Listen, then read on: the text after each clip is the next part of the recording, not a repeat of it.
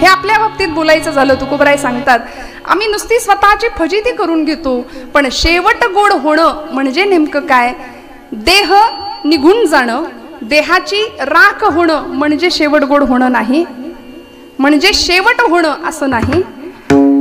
देहाची जीवदशेतली जी भ्रमंती आहे ती संपणं म्हणजे शेवट होणं बरं का. तुकोबरायांना हे म्हणायचंय. अनस्युत यामधला अर्थ हा आहे की जीवदशेची भ्रमंती आहे, जीव सतत फिरतोय ना. वासांसी जीर्णानि यथा विहाय नवानि गृह्णाति नरोपराणि. जीर्ण वस्त्र सांडीजे, माऊली म्हणतात नवं वस्त्र घालावं आणि जुनं वस्त्र टाकून द्यावं, त्या पद्धतीने हे शरीराचं चालू आहे. चैतन्य तेच आहे, प्रत्येक वेळी देह बदलतो आणि आम्ही त्या चक्रामध्ये अडकतो. पुनरपि जननम पुनरपि मरणम पुनरपि जननी जठरे शयनम यह संसारे खलु दुस्तारे कृपया पारे पाय मुरारे. भज गोविंदम भज गोविंदम गोविंदम भज मूढमते भज गोविंदम भज गोविंदम गोविंदम भज मूढमते. पुनरपि जननम पुनरपि मरणम, आम्ही अखंड त्या चक्रात सापडलोय. मग आमचा शेवट कसा होईल गोड? कोणता असेल शेवट आमचा याचा विचार करत असताना मला असं वाटतं शेवट गोड होणं म्हणजे नेमकं काय? कधीतरी आमच्या संतांकडे बघावं. ज्यावेळी पांडुरंगाच्या पायरीवर सुद्धा बसू दिलं जात नव्हतं असे आमचे चोखोबा, पायरीवर सुद्धा हीन याती मी महार पूर्वी निळाचा अवतार.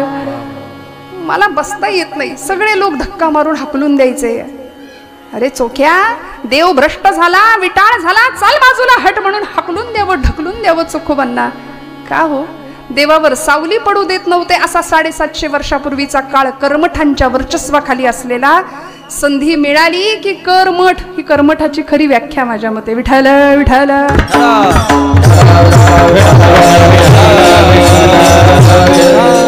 काय गंमत आहे, सद्भावाचं लोणी देवाचरणी यांनी कधी माखायचं नाही. कर्मठ कुणाला म्हणायचं? सद्भावाचं लोणी देवाच्या चरणी यांनी कधी माखायचं नाही. सद्भक्तांच्या सद्भावाचा अमृत यांनी कधी चाखायचं नाही. स्वतःच्या विषयी आणि कपटी मनाला यांनी कधीही रोखायचं नाही. याला म्हणायचं कर्मठ.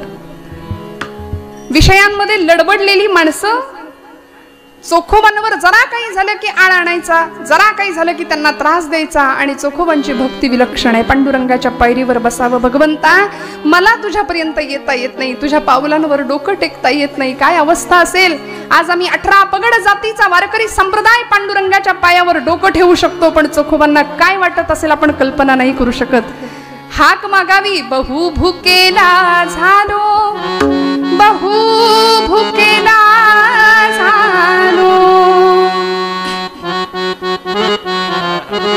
बहु भुकेला झालो, बहु भुकेला झालो, बहु भुकेला झालो, बहु भुकेला झालो. तुमच्या उष्ट्यासाठी आलो, तुमच्या उष्ट्यासाठी आलो, उष्ट्यासाठी आलो, तुमच्या उष्ट्यासाठी आलो.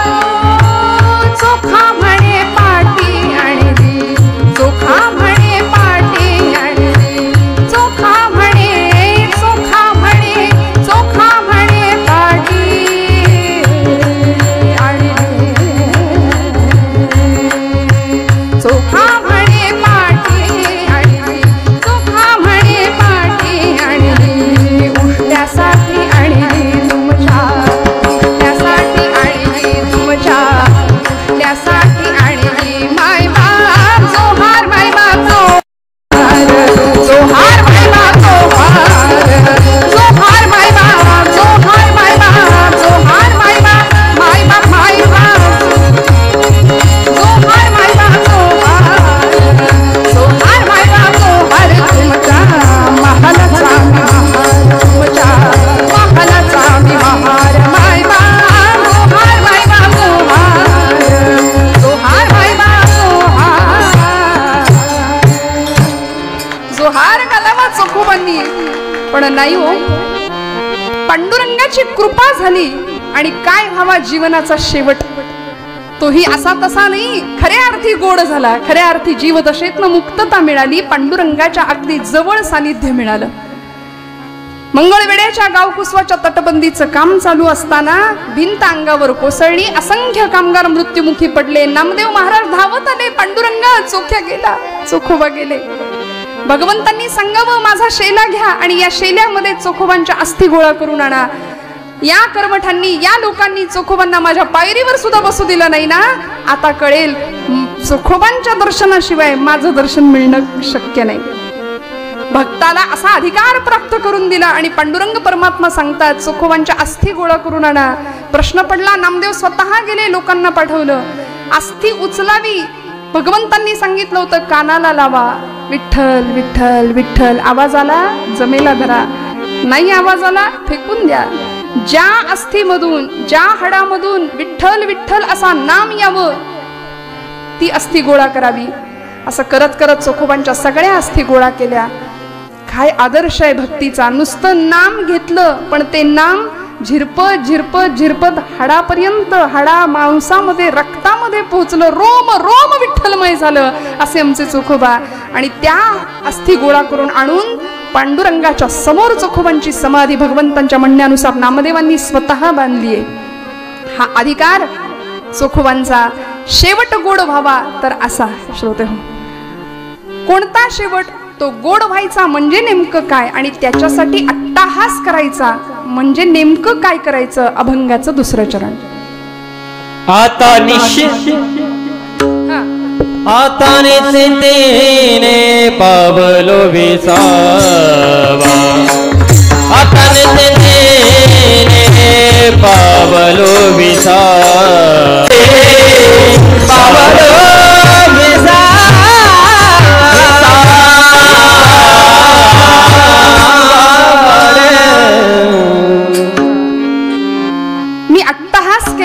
शेवटचा दिवस गोड व्हावा या करता. त्यातून मला काय मिळालं हे या चरणात महाराज सांगतायत. आता निश्चिंतीने पावलो विसावा, खुंटलिया धावा कृष्णेची. मी निश्चिंत झालो, मला विसावा मिळाला, माझी धावाधाव संपली, माझी तृष्णा भागली, तृप्त अवस्था मला प्राप्त झाली.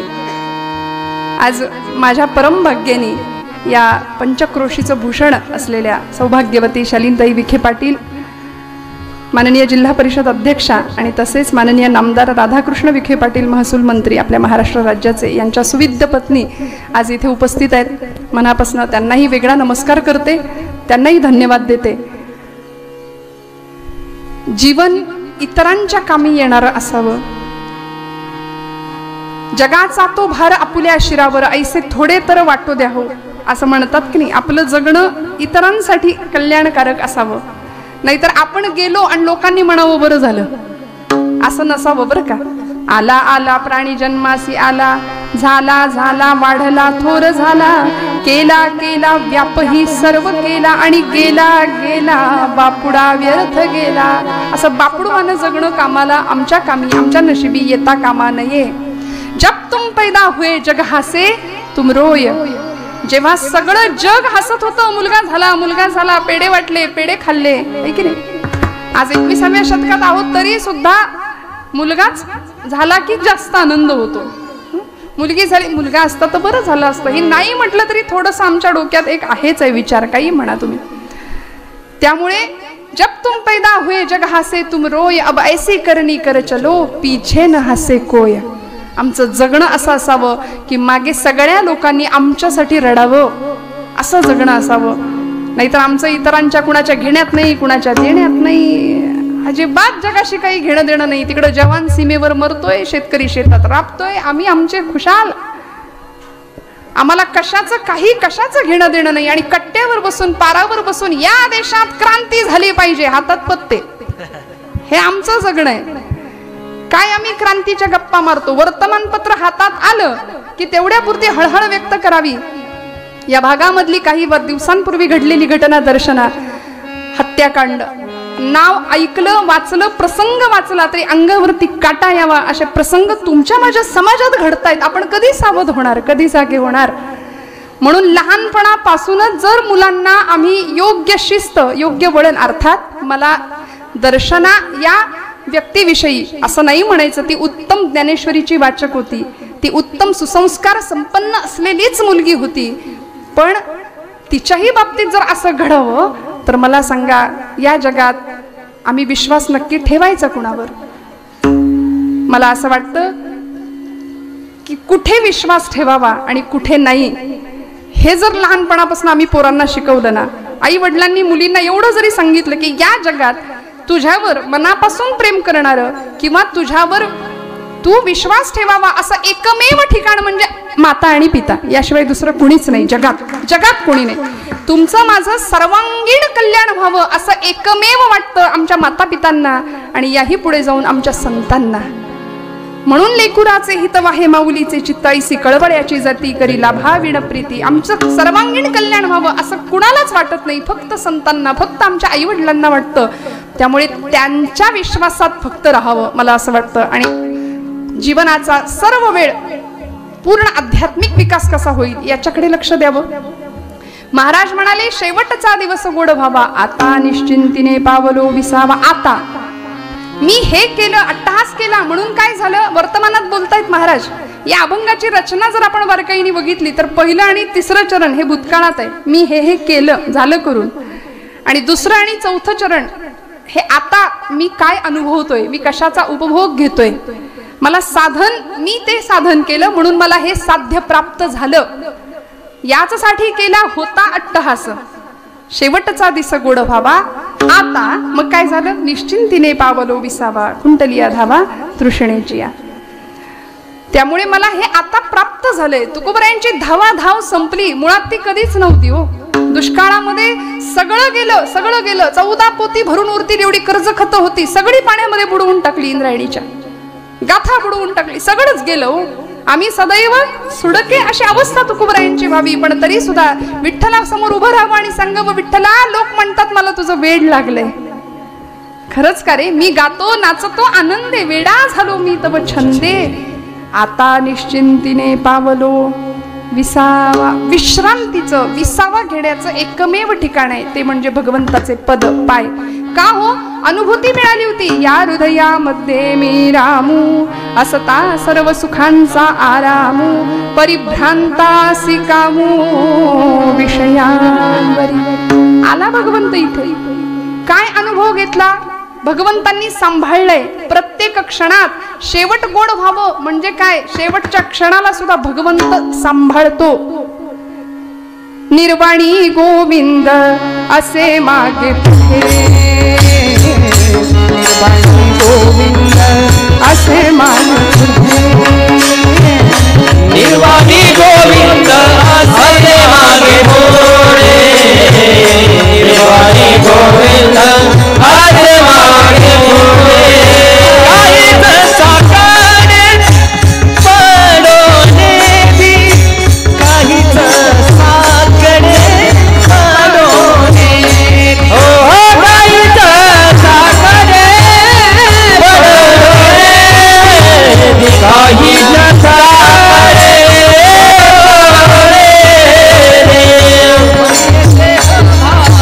आला नारायण विषय तोऱ्याचा नारायण, विषय तोऱ्याचा नारायण,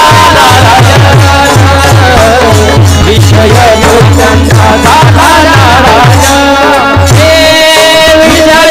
तोऱ्याचा नारायण, विषय तोऱ्याचा नारायण,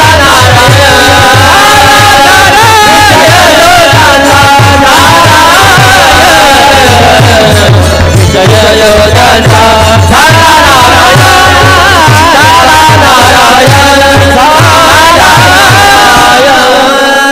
निर्वाणी गोविंद असे मागे पुढे, काहीच साकडे पडोनेही, विषय तो त्यांचा झाला नारायण, नावडे जनधन माता पिता.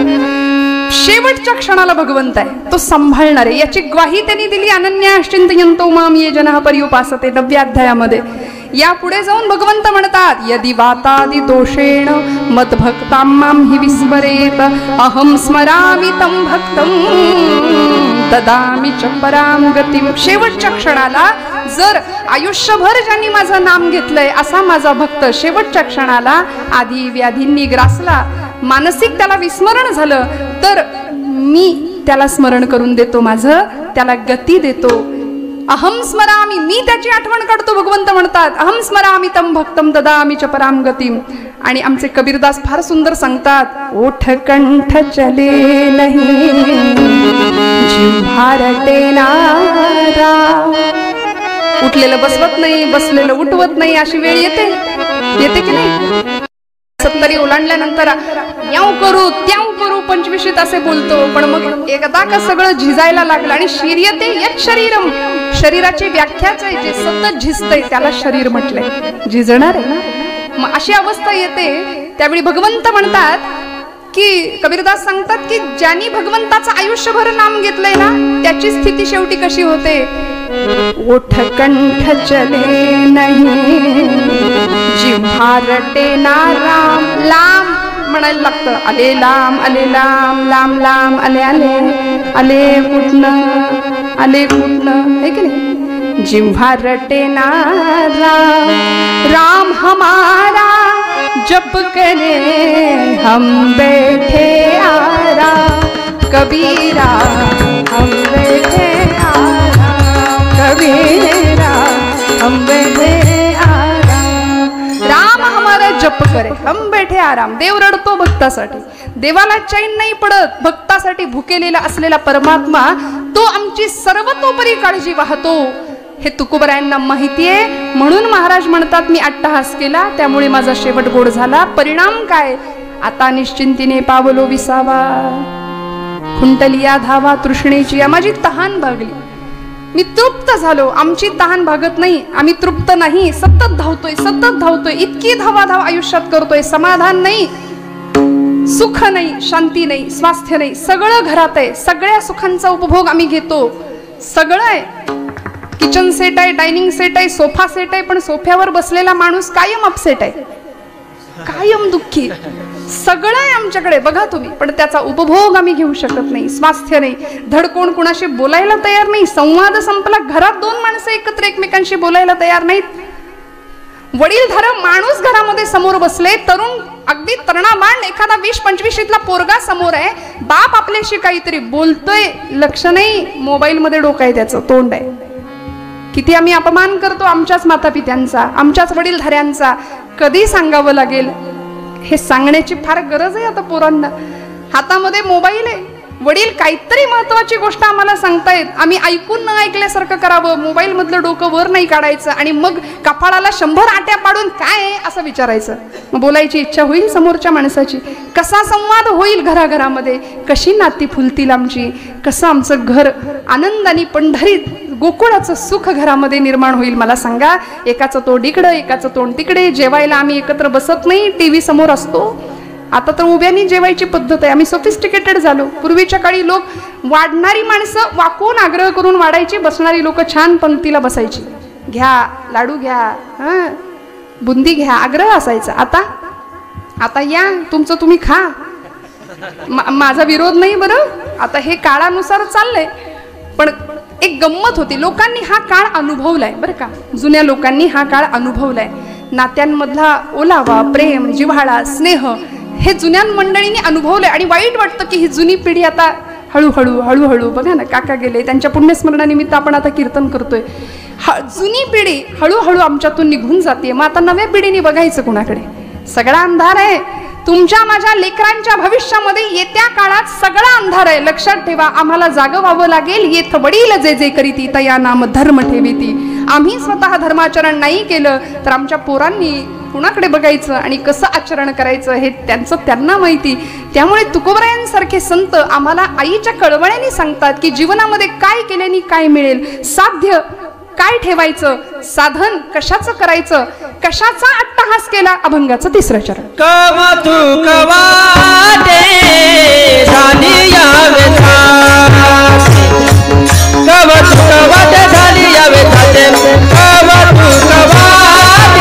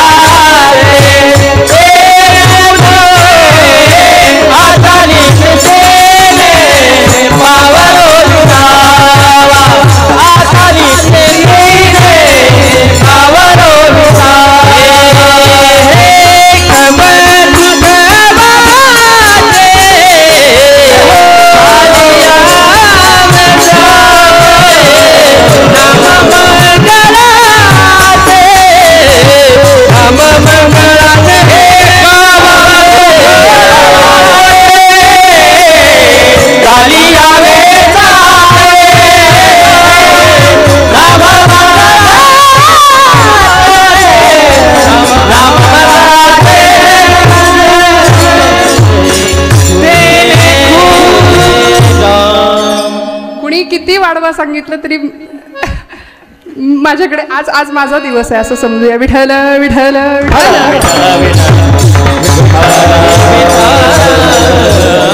याचं कारण सांगते श्रोते हो. कीर्तनामध्ये भक्ती हे अध्यात्म, भक्ती हे बेसमेंट आहे की नाही, पाया भक्तीच आहे. अंतःकरणातली भक्ती जागृत व्हावी हाच कीर्तनाचा सरळ साधा उद्देश आहे. आमच्या कीर्तनासाठी तरुण मंडळी कमी पण ज्येष्ठ मंडळी जास्त असतात. बरोबर आहे की नाही? हो म्हणा. बघा आहे की नाही, आमची जबाबदारी आहे. तरुणांनी कीर्तनाला आलं पाहिजे. तरुण मंडळी कमी राहतात आणि लोकांना असं वाटतं की अध्यात्म, कीर्तन, प्रवचन, श्रवण हे सगळं रिटायरमेंट नंतर करावं. आता काय करायचं करून. त्यामुळे मग ज्येष्ठ मंडळींच्या आरोग्याची जबाबदारी आमच्याकडे. बरोबर आहे ना? हो म्हणा. विठ्ठल विठ्ठल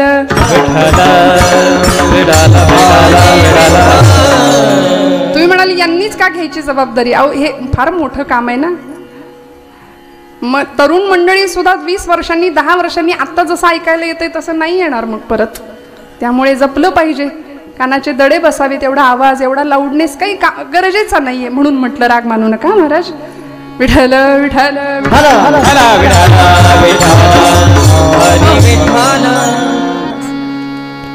कवतुक वाटे झाली या वेचाचे. बरोबर आहे. आता नका हलू. नाम मंगळाचे तेणे गुणे आता निश्चिंतीने पावलो विसावा. कुंटलिया धावा तृष्णेची. महाराज म्हणाले माझंच मला कौतुक वाटतंय. का? कारण माझ्या जीवनाचा वेच झाला. आम्ही कधी आमच्या जीवनाचा वेच केलाय का? आमच्या जीवनाचं सार्थक व्हावं याकरता काही वेगळे प्रयत्न केलेत का? अरिस्टॉटल नावाचा तत्ववेत्ता म्हणाला change is the only constant thing. या जगामध्ये, जीवनामध्ये बदल ही एकमेव अशी गोष्ट आहे की ती जी स्थिर आहे. परिवर्तन हा जगाचा नियम आहे. परिवर्तन हा संसाराचा नियम आहे. संसरती इति संसार हा अखंड सरकतोय. परिवर्तन आहे. मग या परिवर्तनामध्ये हे सगळं घडत असताना आम्ही आमच्या जीवनाचा वेच करण्याचा कधी प्रयत्न केलाय का? तर आमच्याकडे उत्तर नाही असं आहे बहुतेक. हो ना? नाहीये, कधीच नाही. आई मुलाला सांगते बाळा सहलीला चाललायस, डबा देते भरून. संतांनी सुद्धा आम्हाला शिदोरी दिलीये. गाथेची, ज्ञानेश्वरीची, दासबोधाची, भागवताची. ही शिदोरी आम्ही जवळ बाळगली पाहिजे. अगदी वयाच्या 5व्या वर्षापासून, 3ऱ्या वर्षापासून मी म्हणेन. जसं सहलीला जाणाऱ्या पोराला आई डबा भरून देते. ऐकताय ना सगळे? लक्षपूर्वक ऐका. आई बाळाला डबा भरून देते आणि सांगते किती पोळ्या देऊ डब्यात. तो मुलगा म्हणतो 1 दिवसाचं ट्रेकिंग आहे, जाऊन माघारी यायचंय. रोज मी 4 चपात्या खातो, आज मला 6 पोळ्या दे डब्यात भरून. पण आई तुमच्यासारखी होती हो. ती आई काय केलं असेल हो? 20 चपात्या भरल्या डब्यात. नाही म्हणली. मुलगा म्हणाला माझ्या आईला काही अक्कलच नाही. हे एवढं ओझं कधी सावरू मी म्हटलं 4-6 पोळ्या भर डब्यात, एवढं डबा दिलाय, आता मी हे सगळं घ्यायचं पाठीवर आणि चढायचं डोंगर. आई म्हणली असू दे रे, ओझं समजू नकोस, वागव. ओझं समजू नकोस. ही शिदोरी आहे तुझ्यासाठी. ही शिदोरी आहे. आता मॅगी आणि पिझ्झा पास्ता देणाऱ्या आयांना डब्यामध्ये त्यांना या शिदोरीचं महत्व नाही कळणार. पण आई काय करत होती? ही शिदोरी आहे, हे घे. म्हणून संतांना आम्ही माऊली का म्हटलं? संत म्हणतात ही शिदोरी आहे. सहलीला सुरुवात झाली, आयुष्याला सुरुवात झाली, जन्म झाला जीवाचा. हळूहळू लहानाचा मोठा व्हायला लागला. चरपट पंजरीमध्ये भगवत पूज्य शंकराचार्य म्हणाले बालस्तावत क्रीडासक्तः तरुणीस्तावत तरुणी रक्तः वृद्धस्तावत चिंतामग्नः परे ब्रह्मणि कोपी न लग्नः. परब्रह्माची जीवाशिवाची गाठभेटच होईना. बालपण गेलं खेळण्यात, तरुणपण गेलं धुंदीत विषयांच्या, म्हातारपण चिंतेत गेलं. मग कधी होणार जीवात्म्याची शिवात्म्याशी भेट? त्यामुळे संत म्हणतात हा डबा, ही शिदोरी हातात घे. 5व्या वर्षी चल हरिपाठ सुरुवात कर पाठ करायला. 6व्या 7व्या वर्षी घ्या भगवद्गीता हातात. देऊया आमच्या पोरांच्या हातात भगवद्गीता. 8व्या 10व्या वर्षी पावली मस्त नाचलंच पाहिजे आमच्या घरातलं बाळ हरिपाठामध्ये. अजून थोडा मोठा झाला द्या ज्ञानेश्वरी हातामध्ये. अजून थोडा मोठा झाला द्या भगवद्गीता हातामध्ये, द्या गाथा हातामध्ये. तो मुलगा सहल त्याची सुरू झाली. आधी काय म्हणत होता? आईनं ओझं दिलंय, ओझं दिलंय. पण एक वेळ आधी गुरुजी म्हणले चला बाळांनो डबे उघडा. मस्त झाडाच्या सावलीत सगळे खायला बसले आणि सुरुवात केली. पहिल्याच दणक्यात 4 चपात्या हाणल्या. आधी काय म्हटलं? डब्याला फक्त 6च दे. आता सुरुवातीला 4-5 संपल्या, मग हा डबा दिवसभर कसा पुरला असता. मग लक्षात आलं माझी आई किती ग्रेट आहे, माझी आई किती भारी आहे. म्हटला मी नको म्हणत असताना एवढा डबा दिला, मला गरज आहे, संध्याकाळपर्यंत लागेल मला हे. ऐका, मी दृष्टांत एवढ्यासाठीच हा सांगते. संतांना आम्ही आई म्हणतो, संतांनी आम्हाला शिदोरी दिली आहे भागवताची, ज्ञानेश्वरीची, गाथेची, हरिपाठाची. ती जर शिदोरी आम्ही शेवटपर्यंत वागवली ना, 25व्या वर्षी, 40व्या वर्षी, 50व्या वर्षी, 60व्या वर्षी, 70व्या वर्षी, मग आमची ही आयुष्याची सहल पुढे पुढे पुढे जाते. आणि थोडंसं वाईट बोलते, अजिबात वाईट वाटून घेऊ नका, अजिबात रागवू नका माझ्यावरती. 60 नंतर 70 नंतर जगाने दिलेलं नाकारलेपण जेव्हा वाट्याला येतं की नाही, की तुम्ही आता आमच्या घरात नाही राहिला तरी चालेल, हे जेव्हा मिळतं नशिबाला, बापालाच, ज्यांनी हाडाची काढं रक्ताचं पाणी करून घर बांधावं, घरामध्ये पोरांना आसरा द्यावा आणि त्या पोरांच्याच घरात, त्याच घरात आपल्याला जागा नसावी. वाईट वाटतं. व्हॉट्सअपवरचा परवाचा मेसेज आहे, भारतामध्ये वृद्धाश्रमांची संख्या हिंदू धर्मातल्या, म्हणजे हिंदू धर्मातल्याच लोकांची वृद्धाश्रमाची संख्या जास्त आहे. मुस्लिम पंथामध्ये, धर्मामध्ये बघा, एकही आई वडील वृद्धाश्रमात गेलेले दिसत नाहीत. आमची हिंदूंचीच आई वडील का बरं वृद्धाश्रमात जास्त जातात? संवेदना बोथट झाल्या, आमची मन खरबडीत झाली. रस्ते डांबरट झाले तशी मनही आमची डांबरट झाली. फार फार आम्ही रसा तळाला चाललो, संस्कृतीच्या नावाखाली अधपतन होत चाललंय. याचं लक्ष नाही, याच्याकडे आमचं लक्ष नाही. याकरता ही शिदोरी शेवटपर्यंत घ्यायची आणि मग जगाने दिलेलं नाकारले पण सुद्धा पचवायची ताकद आमच्यामध्ये निर्माण होते आणि मग आमचा शेवट गोड झाल्याशिवाय राहत नाही. मग त्याकरता काय केलंय? नाम मंगळाचे नाम घेतलं तुकोबरायांनी. जे नाम नामदेवांना अमृतापेक्षा सुद्धा गोड वाटलं ते नाम तुकोबरायांनी अखंड घेतलं. विठोबा रखुमाई बोला.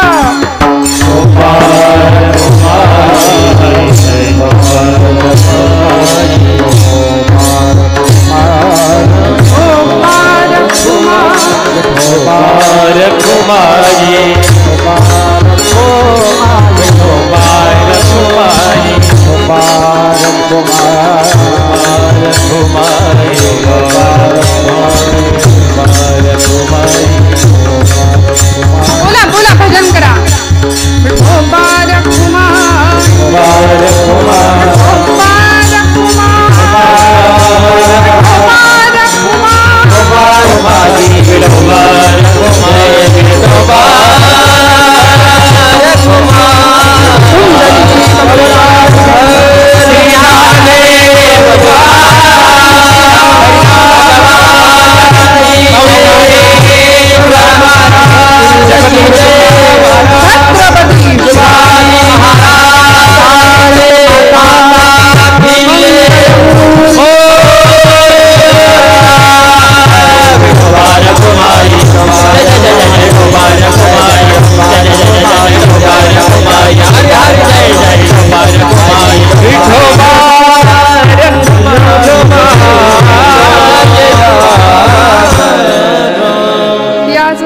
केला होता अट्टहास शेवटचा दिस गोड भावा. आता निश्चिंतीने पावलो विसावा कुंडलिया धावा तृष्णेचिया.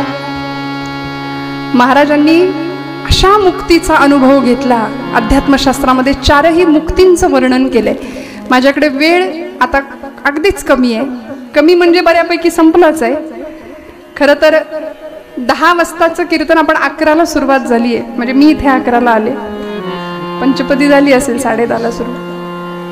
मला मागून मगाशी सांगितलं होतं ताई 1 वाजेपर्यंत करा, पण 12:30 पर्यंत काकांनी सांगितल्यानुसार थोडंसं 5 मिनिटं 10 मिनिटं पुढे मागे होतं. मागे नाही, पुढेच जातं. तुकोबरायांनी ज्या मुक्तीचं वर्णन केलंय, अध्यात्मशास्त्रामध्ये 4 मुक्तींचं वर्णन आहे. सलोकता, समीपता, स्वरूपता आणि सायुज्यता. अशी मुक्ती प्राप्त झाली. कशामुळे? अट्टहास कशाचा केला? नामाचा केला. मी नाम घेतलं, अखंड नाम घेतलं. ज्या भगवंताचं रूप इतकं सुंदर आहे, ज्या भगवंताचं नाम इतकं सुंदर आहे, त्याचे गुण माझ्यामध्ये यायला सुरुवात झाली. तो गुणांचा स्वामी आहे, गुणाधीश आहे, षडगुणैश्वर्य संपूर्ण असलेला भगवंत, त्याचं नाम मी घेतलं. परिणामी काय झालं? मला मुक्ती प्राप्त झाली. आम्ही तिला वरलं मुक्तीला, महाराज म्हणतात. हा अनुभव सकल संतांना प्राप्त झाला. श्रोते हो, ज्यावेळी प्रभू रामचंद्र यायला निघाले ऋष्यमुख पर्वताच्या दिशेने, त्यावेळी 8व्या वर्षी घर सोडलेली शबरी माता वाट बघतीये. किती वाट बघावी, किती प्रतीक्षा करावी, किती वाट बघावी. भगवंता या, माझ्या गुरुदेवांनी मला सांगितलंय आपण येणार आहे, आपण येणार आहे. मी थांबलीये बरं. माझे गुरुदेव मला म्हणाले, शबरी, लोक देवाकडे जातात पण दैवत तुझ्याकडे चालत येईल, लक्षात ठेव. भगवंत सांभाळतो, भगवंत येतो, यावर माझा विश्वास आहे. प्रभू कधी याल आश्रमात या, कधी रे येशील आश्रमात या, कधी रे येशील रामा रघुनंदना.